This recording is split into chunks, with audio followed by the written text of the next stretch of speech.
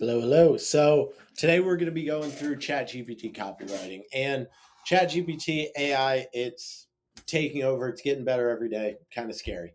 Um, there is a huge use to use ChatGPT in your copywriting, and a lot of people say, "Oh, it sounds terrible. It sounds generic. It sounds very flat. Tons of M dashes, and people can tell." Yes and no. Yes, if you prompt it, like if you don't give it much direction, it's not going to give you much back. If you're lazy in your inputs, you're going to get shitty outputs. But if you're able to utilize it properly, it's a phenomenal tool. Will it be the end all be all? Most likely not. I think in a number of months, maybe years, yes, 100%. I think it'll get to that point. But with where we're currently at, there's still a huge opportunity to use it in so many different areas. So let's get into it. First and foremost, like I was saying, AI is not perfect. It's easy to tell when something's written by AI. We can all agree there. But the intention isn't to give you the finished product, it's to be used as a guide, a framework, and really a tool. Think of it kind of like hiring a junior copywriter, and you can get the first draft, you can iterate a bit, you can get a better draft. And then once you have it very close, that's where you go in and start to make those final updates to make it sound like it's coming from you, coming from the brand, and overall sounding more human. This isn't a set it and forget it. You give it one prompt, write me an email, write me an us versus them email. That's not going to work. You're going to get something terrible. And don't say that I told you to do that. But at the end of the day, if you prompt it right with ChatGPT, Grok, any LLM out there is a way to use it very good. And this framework is a perfect place to start. So let me walk you through it.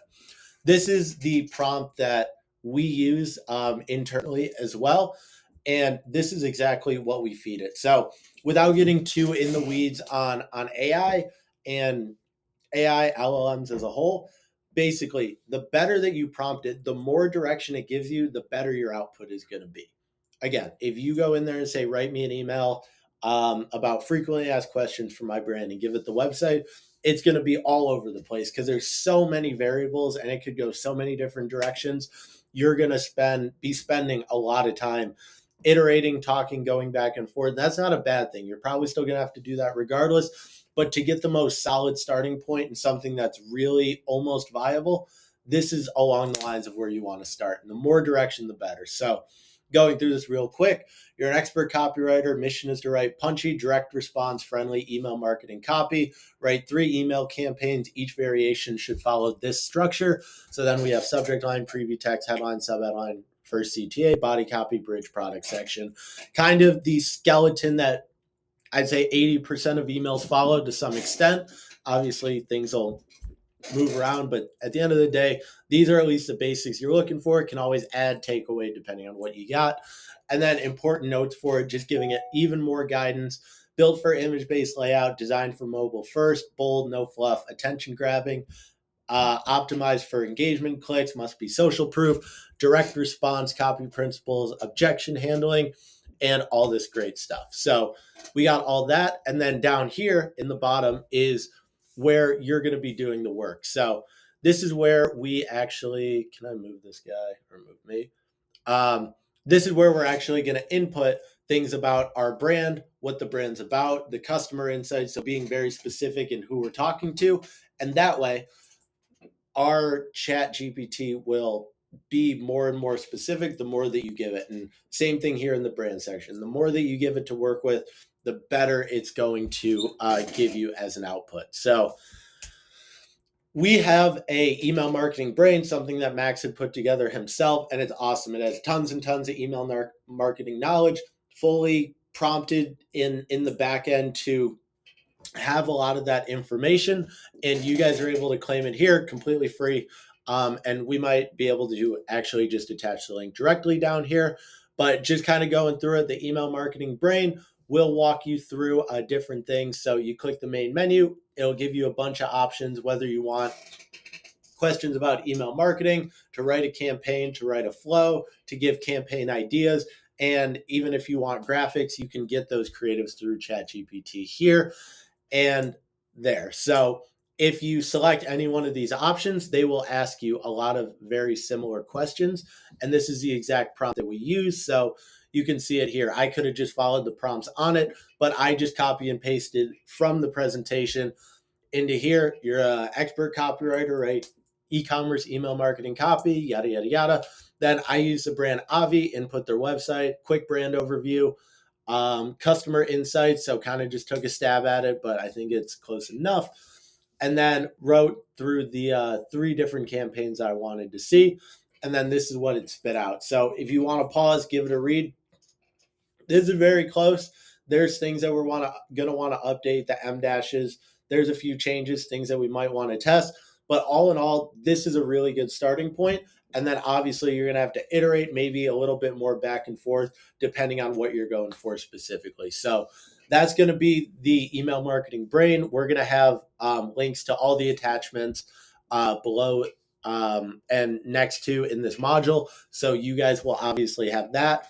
And a lot of our templates that you guys are going to have in the campaign and flow templates are going to follow a very similar layout, making it as easy as possible to really plug and play and get to where we want. But getting back to the copy side. So depending on how you guys are structured, how the copy is written, whether it's done by you, whether you have a copywriter in-house, work with any freelancers, so on and so forth. This is the exact framework. This is the exact template that our copywriters use for every single email, every single flow. Because one thing we notice, depending on who's writing it, is there's a lot of disconnect between the copy and the design. So even if you guys don't have a copywriter, I'm assuming that a lot of your teams have a designer on staff, and it takes a lot more direction when you're simply putting things into a table. So something that's just listed as header or subject line, preview text, header, subheader, CTA, because you're not really giving any direction.